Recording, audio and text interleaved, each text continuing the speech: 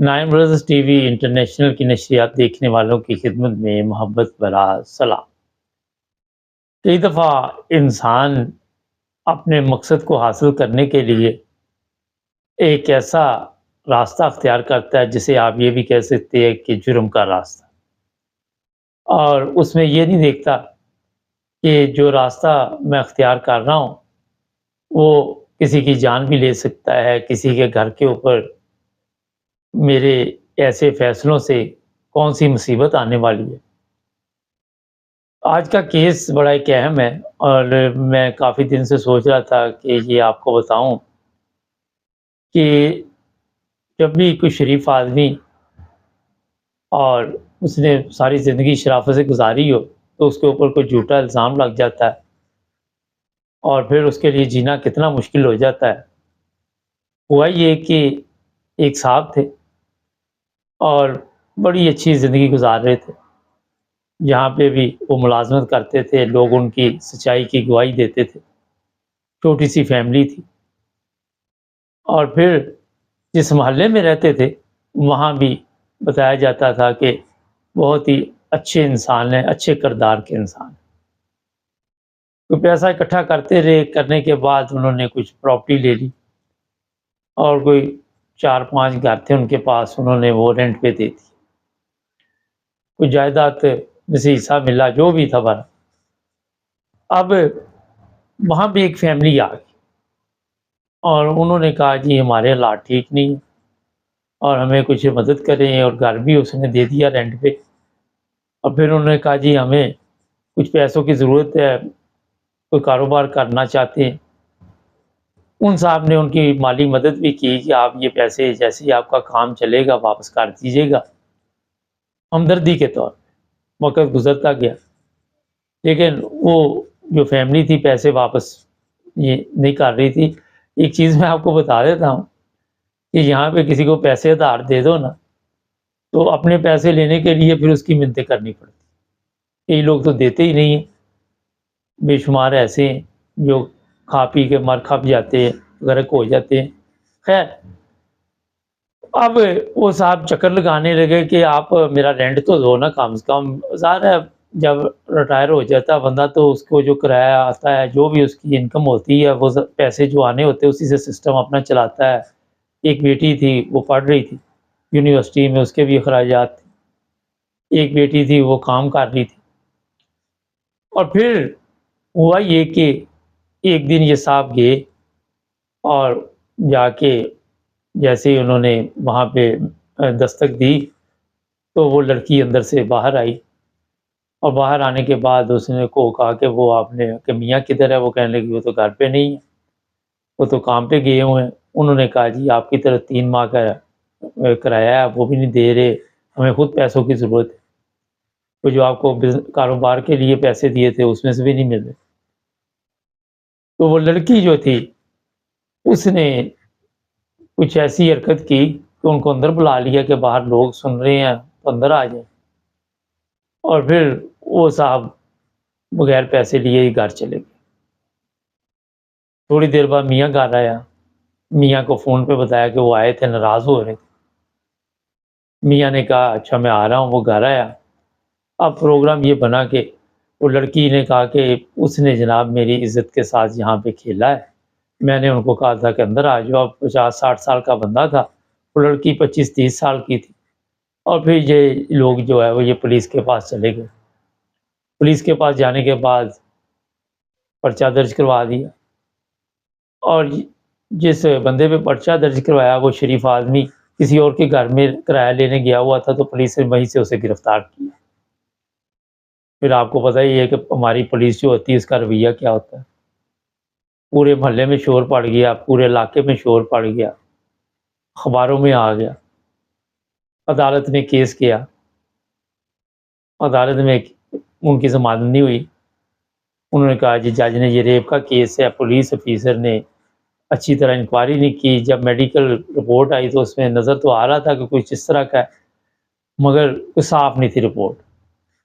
Police کو یہ بھی پرابلم ہوئی کہ جسم پہ کوئی نشان نہیں ہے، اس سے یہ لڑکی کہتی ہے کہ میں نے آگے سے مزاحمت کی اور اس کے باوجود تو کوئی ایک بھی ایسی چیز نظر نہیں آ رہی۔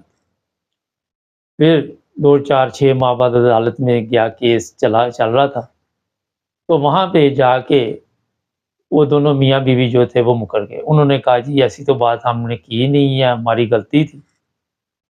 اور کسی شریف آدمی وکیل کے پاس جب گئے تھے تو اس نے مشورہ دیا کہ آپ جھوٹا کیس ڈال رہے ہیں تو یہ غلط ہے۔ اور پھر جج بھی پریشان ہو گئے، وہ بھی سر پکڑ کے بیٹھ گیا کہ ایک شریف آدمی کو آپ نے اس طرح رسوا کیا، آپ کو کیا حق پہنچتا تھا کہ اس کے ساتھ یہ سلوک کرو۔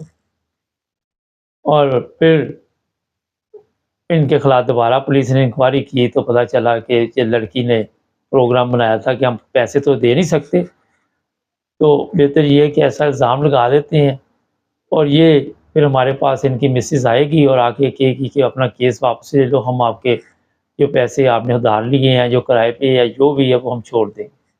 لیکن وہ لوگ نہیں آئے، بیٹی پریشان علیحدہ جو کام پہ تھی وہ بھی بھاگ دوڑ کر رہی تھی باپ کے لیے، اور جب وہ صاحب گھر آئے تو ایف آئی آر ختم ہوگی، اور ایف آئی آر ختم ہونے کے بعد ان لوگوں کے اوپر کیس ہوا۔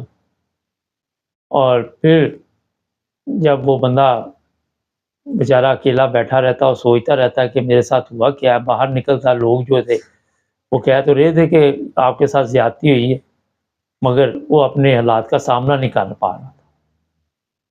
معاشرے میں ایک دفعہ عزت دار آدمی کی عزت چلی جائے تو اس کے لیے باہر نکلنا بڑا مشکل ہو جاتا ہے۔ ہمارے ملکوں میں تو معمولی چیزیں یہ بن چکی ہیں، بہت کم لوگ اس طرح کے ہوتے ہیں جو حالات بنے ہوئے پاکستان کے خاص کر۔ پھر ایک دن جناب یہ ہوا کہ وہ صاحب اپنے آپ پہ قابو نہیں رکھ سکے اور انہوں نے خودکشی کر لی۔ پتہ ایک وہ خط لکھ کے وہاں پہ چھوڑ دیا انہوں نے، اور انہوں نے کہا جی میرا ضمیر جو ہے وہ مجھے روزانہ ملامت کرتا ہے، میں روزانہ زندہ ہوتا ہوں، روزانہ مرتا ہوں، نہ میں باہر جا سکتا ہوں، نہ آپ کے گھر۔ انہوں نے کہا، سمجھایا بھی بیٹی نے کہ آپ بری ہو چکے ہیں، آپ پہ الزام جھوٹا تھا، وہ لوگ مان چکے ہیں، مگر جب الزام لگا تھا تو اخبارات میں شائع ہوا تھا، جب جھوٹا ثابت ہوا تو پھر کسی نے توجہ نہیں دی، کسی کو دلچسپی نہیں تھی، اور ظاہر ہے پھر میڈیا جو ہے سو جاتی ہماری۔ اس کی خودکشی کے بعد بندے کی ان کے اوپر اور بھی دفعہ لگی اور ان کو گرفتار کیا گیا۔ جو لڑکی تھی اسے 4 سال جیل ہوئی جھوٹا الزام لگانے میں۔ مگر یہ میں بتا دوں یہ پاکستان میں نہیں ہوا، ہندوستان کا واقعہ ہے۔ پاکستان میں تو اس طرح کے واقعات معمولی کیس ہیں، وہاں پہ تو آئے دن اس طرح کے معاملات ہوتے ہیں۔ اور پھر جو لڑکی تھی اس کے خامد کو ضمانت تو مل گئی، مگر اب اس کے اوپر یہ بھی کیس چل رہا ہے کہ جو خودکشی کی گئی وہ بھی آپ کی وجہ سے ہوئی، آپ کے جھوٹے الزام کی وجہ سے۔ اپنے پیسے کسی طرح وہ چاہ رہے تھے کہ یہ نہ دینے پڑے، اور ایک تو نیکی کی اس صاحب نے، ادھار دیا، دوسرا یہ کہ اپنے لیے مصیبت کھڑی کر دی۔ آج بھی ہمارے ممالک میں یا ہم یہاں بھی یورپ میں بھی رہتے ہیں، ہمارے لین دین کے حساب جو وہ ٹھیک نہیں ہوتے۔ کئی دفعہ تو بڑے ہم دعوے کرتے ہیں ہم بڑے مخلص مسلمان ہیں، ہم ہمارے سے اچھا مسلمان کوئی نہیں۔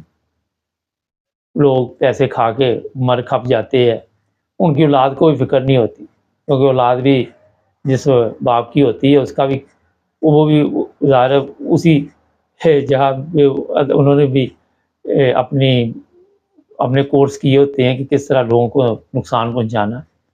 تو جس طرح والد نے تربیت کی ہے اسی طرح کیا اولاد جو ہوتی ہے وہ آگے سے کام ڈالتی۔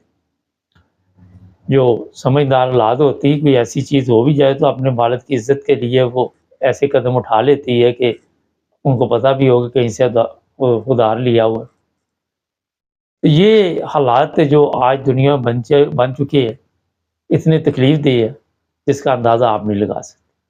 اپنا عروج سیدھا کرنے کے لیے اس کے گھر کا بیڑا گرک کر دیا ان لوگوں نے۔ شرم کا مقام ہے۔ یہ بالکل اصلی حقیقت آپ کو میں نے آج واقعہ بیان کیا تاکہ اس سے سبق حاصل کرے اور کچھ نہ کچھ آپ بھی سیکھ سکے۔ ناظرین، اگر کوئی ادھار دیتا ہے، لین دین دنیا میں بنا ہوا ہے، لیکن جو لین دین ٹھیک رکھتا ہے وہ کبھی بھوکا نہیں مرتا۔ جڑے رہے ہمارے ساتھ، ہمارے چینل کو سبسکرائب کریں۔